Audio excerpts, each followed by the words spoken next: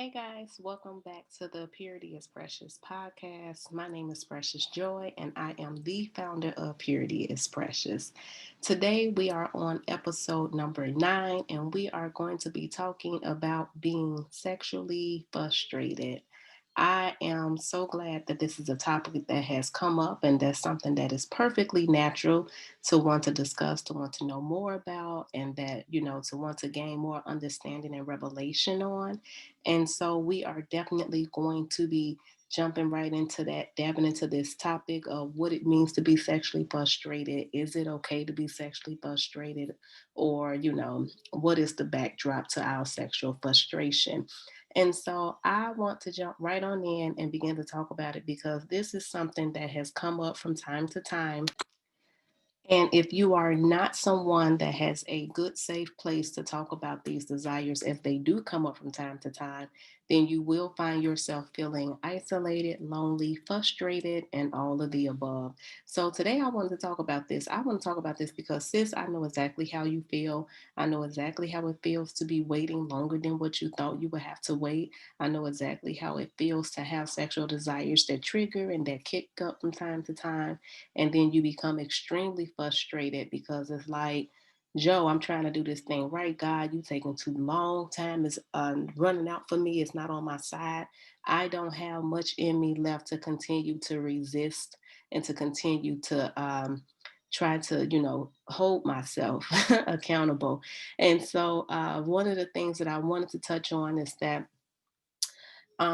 you are definitely not alone with this thing. And I know a lot of times it's easy to feel like that, but a lot of times people, really underestimate the amount of work that it goes into abstaining for someone who's celibate, who's still a virgin, who is deciding to be abstinence or practicing purity. People really do underestimate the type of work that goes into it, the type of discipline, the type of um,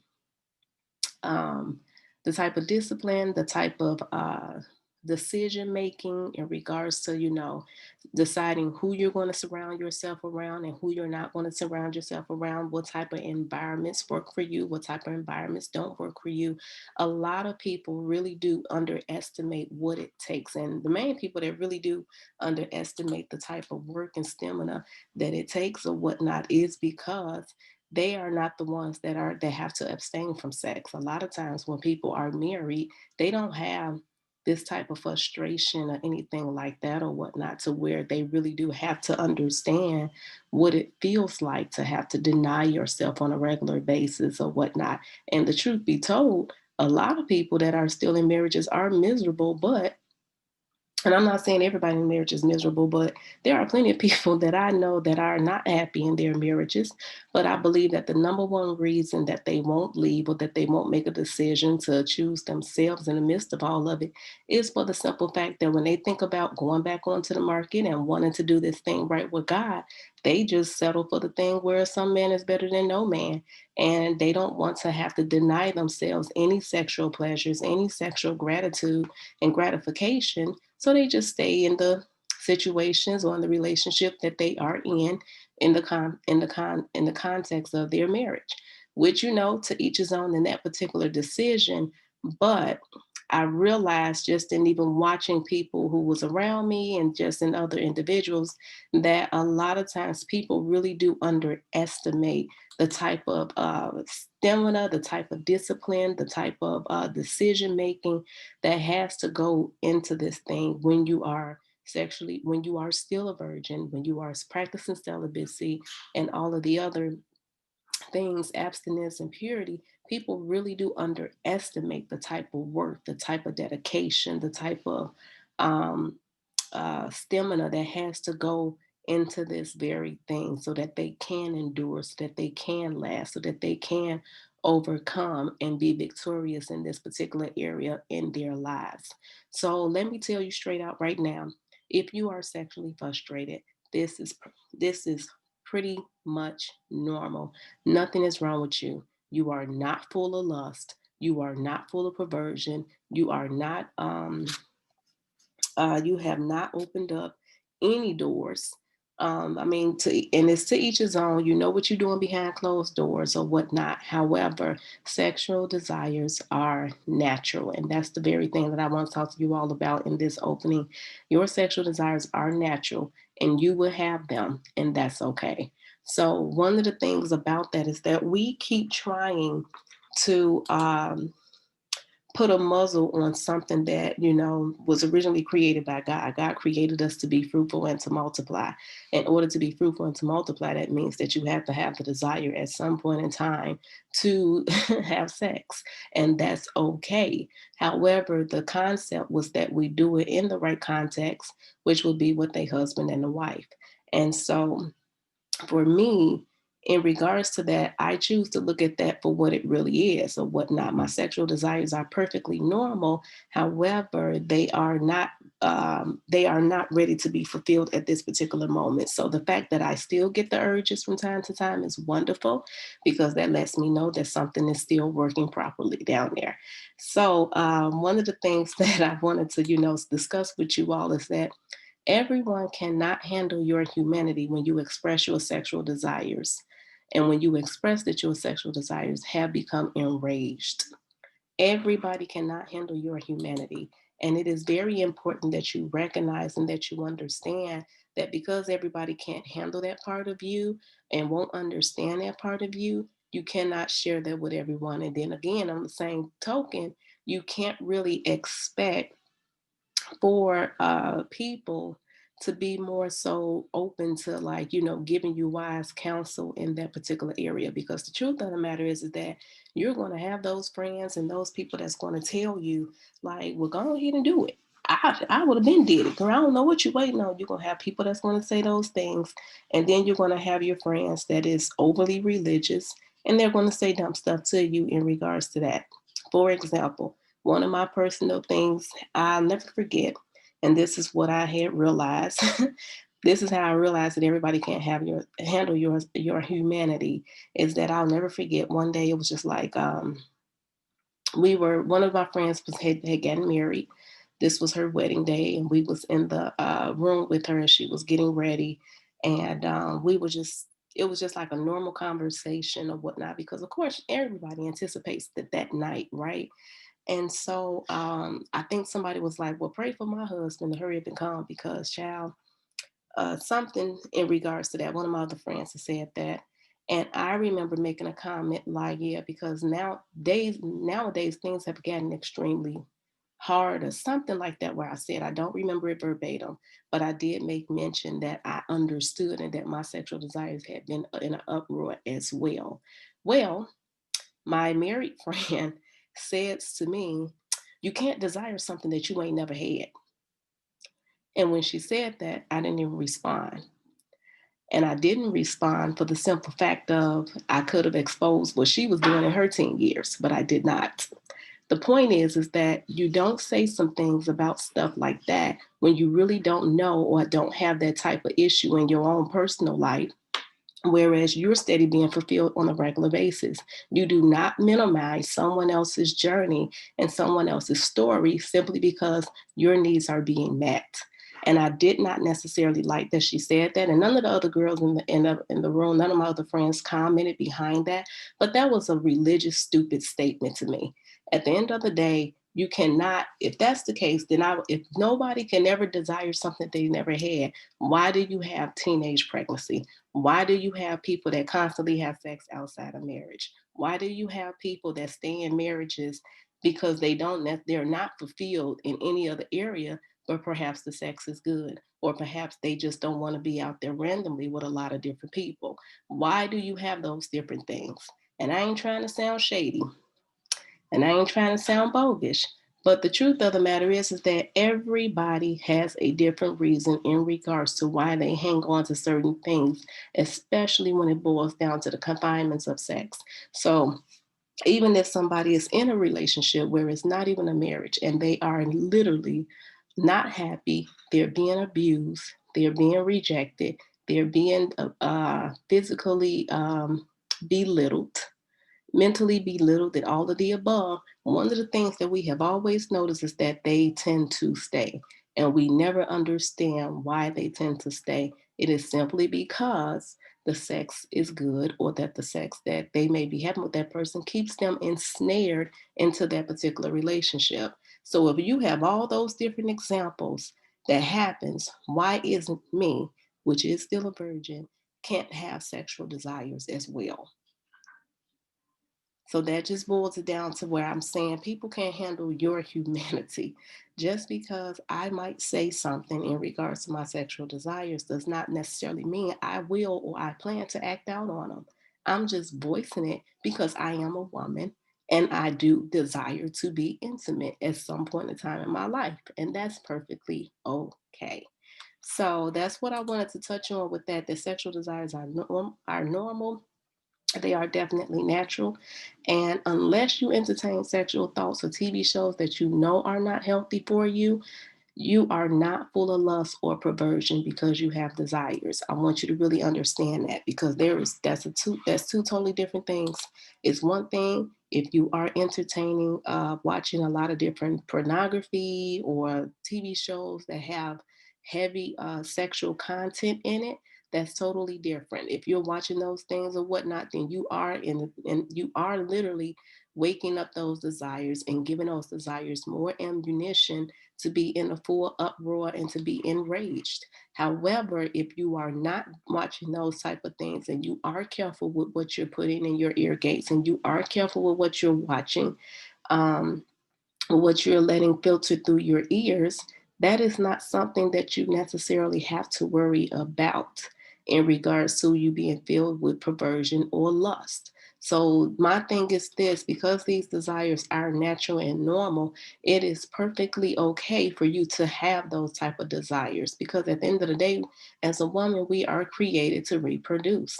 We are created to be loved. We are created to give love. It is a nurturing thing within us that we desire to do and that we desire to have.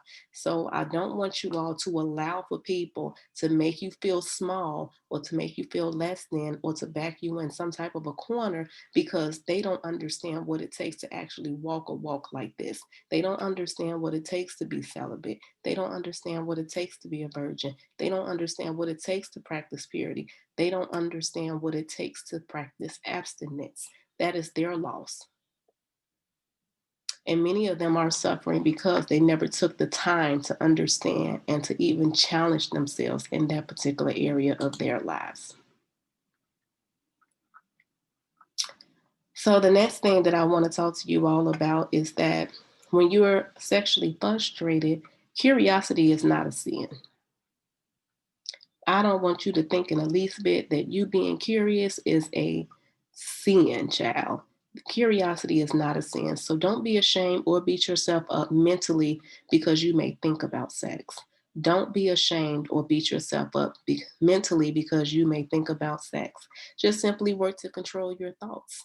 It is, and as I've been talking about, in my podcast or whatnot, because here we are now on episode 9, and in my podcast we done pretty much done talked on things in regards to what is purity, sexual abstinence, healing certain parts of ourselves, what is God to us. We done touched on quite a few things or whatnot, because all of those are the foundation in which this podcast is built upon in the first place.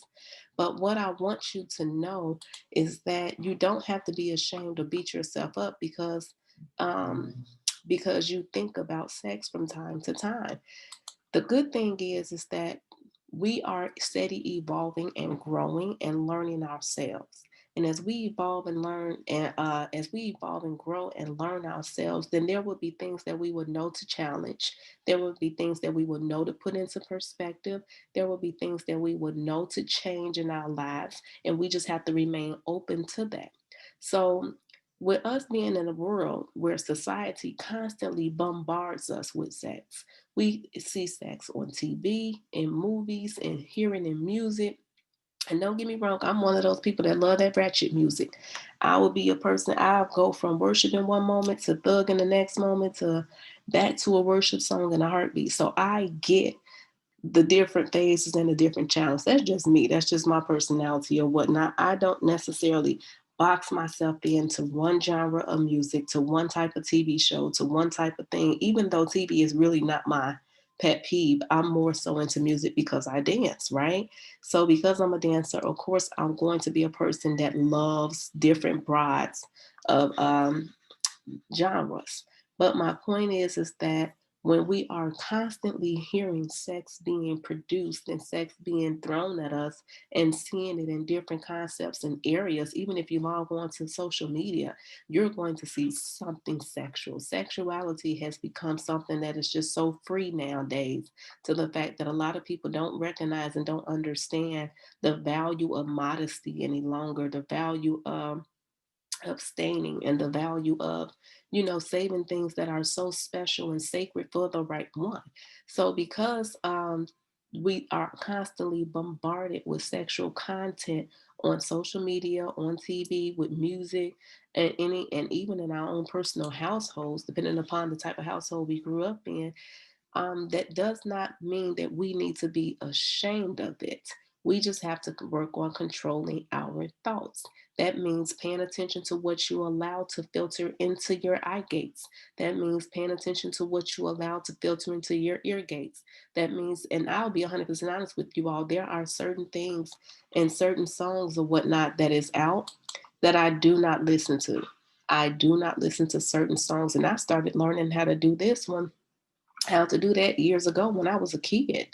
And when I say a kid, I mean when I was a teenager. And one of the songs back in the day that Holy Spirit is so good, He just brought it to my remembrance. But one of the songs back in the day that I would not listen to when I was in my teenage years was simply because it would uproar my sexual desires or whatnot, and I knew I couldn't act on them, and I knew I couldn't engage in it. But Janet Jackson had a song out years ago, and the song was called "I Get So Lonely." I love that song. I love the beat to it. I love the whole backdrop to it. But for some reason, that song was something that was for a more mature audience and not for a teenager.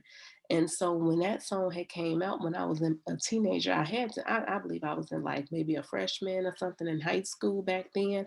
But when that song came out, that was a song that I knew I could not entertain or whatever, because it would kick up my sexual desires. And there will be times when um I don't think I talked about it yet, but I'm going to. But in the past I used to struggle with masturbation, and so that song was something that would trigger up those desires in me, that would make me want to go and masturbate, or think of something totally sexual and make me want to engage in that. And so when I started to realize that that particular song was a trigger, I started to pull myself up out of that. I stopped listening to those songs. So I started to learn how to do that even in my teen years. And as I learned how to do that in my teen years, that has well carried over into my adult years. And so I want you all to know that, curiosity is not a sin or whatnot, but we just simply must work to control our thoughts. And so the truth of the matter is, if you're somebody that is still a virgin, or if like yeah let's just stick with the virgins right now. We've all wondered, what does sex feels like, period. You hear that this thing is so amazing, and that people are just engaging freely, and some people say that they could never just be with one man, simply because they just wonder what else is out there that's better. So it's normal for us to wonder what it would be like and what it feels like and what are we missing. But at the end of the day, we all hope, regardless of your sexual desires, that it will be worth the wait. So basically, regardless of your sexual status. So whether you are celibate, whether you are still a virgin, whether you are practicing abstinence, and if this is until marriage for you, we have all wondered and hoped that it would be worth the wait. And this is a normal thought. I mean, it's a normal thought or whatnot. But from what I've been told, and from people that I've known that have been extremely honest with me and extremely transparent with me, they have all told me that it is contingent upon that couple. The couples has to be willing to teach each other. In order for it to be something that is amazing and worth the wait, you both have to be willing to teach each other and find out what works for each other. One of my closest friends that was married or whatnot, one of the ways that she described it, she said, you have to be willing to learn each other's bodies. So, regardless if we wonder if it would be indeed worth the wait or not, we have to understand that we have to learn each other's bodies and understand that as we learn each other's bodies, it will be fulfilling in every single way possible. So, that's one of the things that is important for us to understand or whatnot. It's okay to wonder. It's okay to say, man, if this thing better be worth the wait. Because I say that all the time. I'm like, child, what I'm not up for is to be 30 something years into this thing. And then I get a man that ain't got no real size to him. I am that honest and that raw. And I talk to God about that. And then I have friends that come to me and that I can talk to and that I can let my hair down. And I know which friends can handle my humanity. I know which ones can handle my humanity, but I have friends that I can talk to about this stuff. And as I talk to them about this stuff, they might say, Precious, at the end of the day, size is not, size don't matter. I've been around the block plenty of times. And I've had some people that were smaller than the others that done a better job than somebody that actually had a 747. So to me, that's good to hear, but it still don't necessarily mean that I don't want something of a decent size. That's just the reality. So so basically, even with you being curious or whatnot, I want to encourage you, don't be afraid to ask questions. Real friends will tell you the truth and will encourage you and support you in your decision to abstain. And real friends will be honest about their experiences, about their shortcomings, about their mistakes, and will let you know what you need to know, especially when they don't want for you to fall into the same traps, into the same ensnarements that they've been in. And so ask questions, but you got to find the people that you can question and that's going to be 100% honest with you and not necessarily look at you with the side eye as if you up here trying to be, some type of whore or something. That's not what we're doing. It is okay. It is okay. Learn which friends you can have those conversations with. Learn which ones you cannot. My friend earlier that I was talking about, I'm still very close to her till today, but I don't talk to her about anything sexual. Like she severed whatever that was that I would have held a conversation with her, and it's not even something bad, only because that's not even her personality. Like she's a whole married woman, and yet she still get icky about sex, and I don't even understand. Like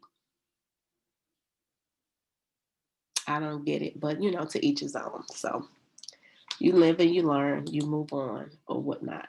But moving on, you have to establish healthy boundaries. Establish healthy boundaries. So, whenever you're sexually frustrated, you must establish healthy boundaries to safeguard your purity, such as having accountability.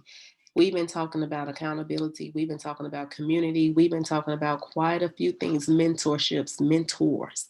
We've been talking about quite a few things so that you can have the type of support, the type of grouping, the type of backing that you need so that you can be pure, so that you can remain pure, so that you can remain a virgin as long as you choose to, and that you can be as celibate as long as you choose to, or whatnot. You have to establish the healthy boundaries because healthy boundaries is necessary for where you're going in life, and it's going to be necessary in all avenues and in all perspectives. So therefore, when you establishing healthy boundaries, it's not just so that it can safeguard your purity, but it's also to safeguard your mindset. It's also to safeguard your heart. We know that the Bible tells us to protect our heart. We have to be cautious and diligent in protecting our heart so that we are not easily offended. We are not easily used. We are not easily taken advantage of. We have to learn how to protect our heart and set up different boundaries. And in order to establish healthy boundaries, you have to understand you. You have to be honest with you concerning what you would do if the opportunity presented itself. What would you do if the opportunity presented itself for you to have sex today? What would you do if the opportunity presented itself for you to fall back in your celibacy? What would you do? You have to think about those things and whatnot because it's not something that I don't think about. I have had those thoughts, and I have, like I said, I've had moments where I've entertained certain thoughts and certain acts with people mentally, with a certain man mentally. And then it's like, okay, Precious, you know that that's wrong. You know that that's not something that you can engage in. You know that's not something that you can do. So then I would create mentally a strategy to prevent it. You have to think about those things. Be logical. You will have to be honest with yourself concerning what would you do if the opportunity presented itself, and then create a strategy mentally to prevent it. Because let's just be honest, life happens. Situations happen. And some things, we may not see it coming, but if you create a strategy to help you prevent it, you can, for one, prevent you from ever being put in that predicament. And then for two, you give God room to help you get out of those situations because, like we stated, it is biblical that the Bible says, in the face of temptation, the Lord will provide a way of an escape. That is a true statement. I can tell you about 4 or 5 different times when situations has happened that the Lord literally provided a way of an escape for me. And quite a few of those times were just out of the generosity of his love for me. It wasn't because I had some type of strategy created mentally that helped prevent it. But then there were times when my strategies that I had prevented it. And let me tell you something.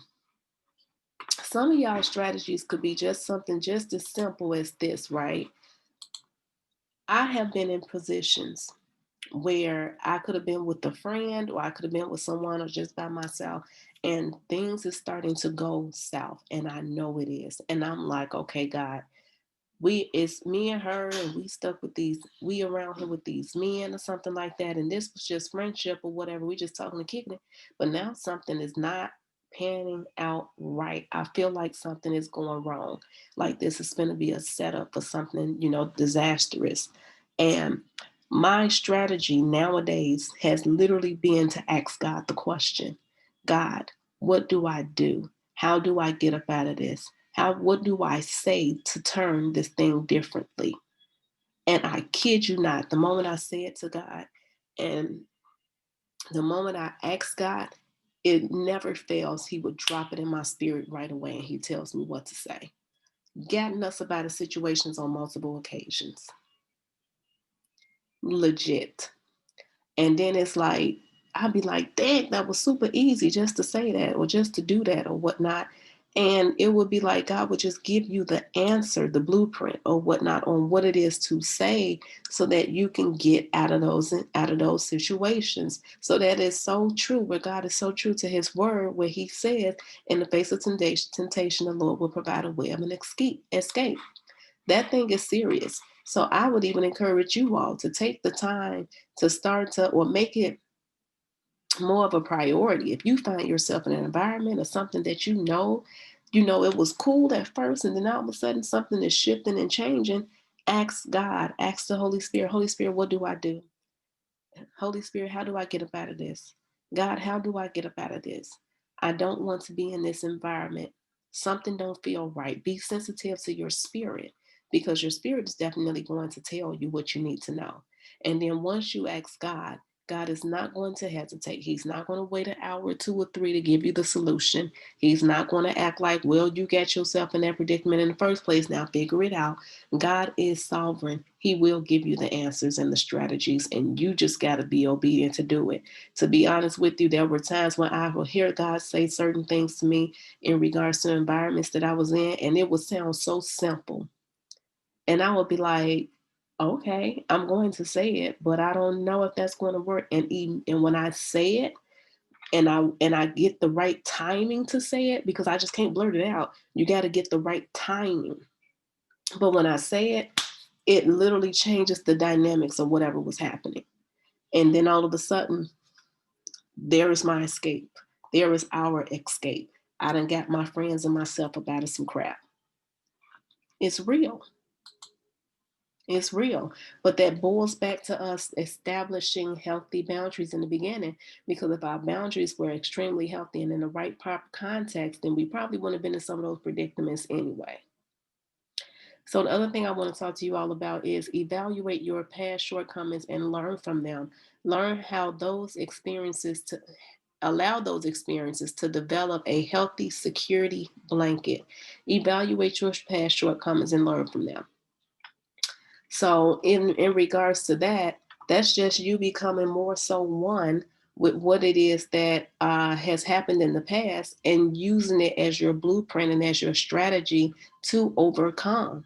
You don't have to necessarily always repeat cycles and repeat patterns over and over and over again, but you do have to put forth the effort to be able to move past them and to overcome them.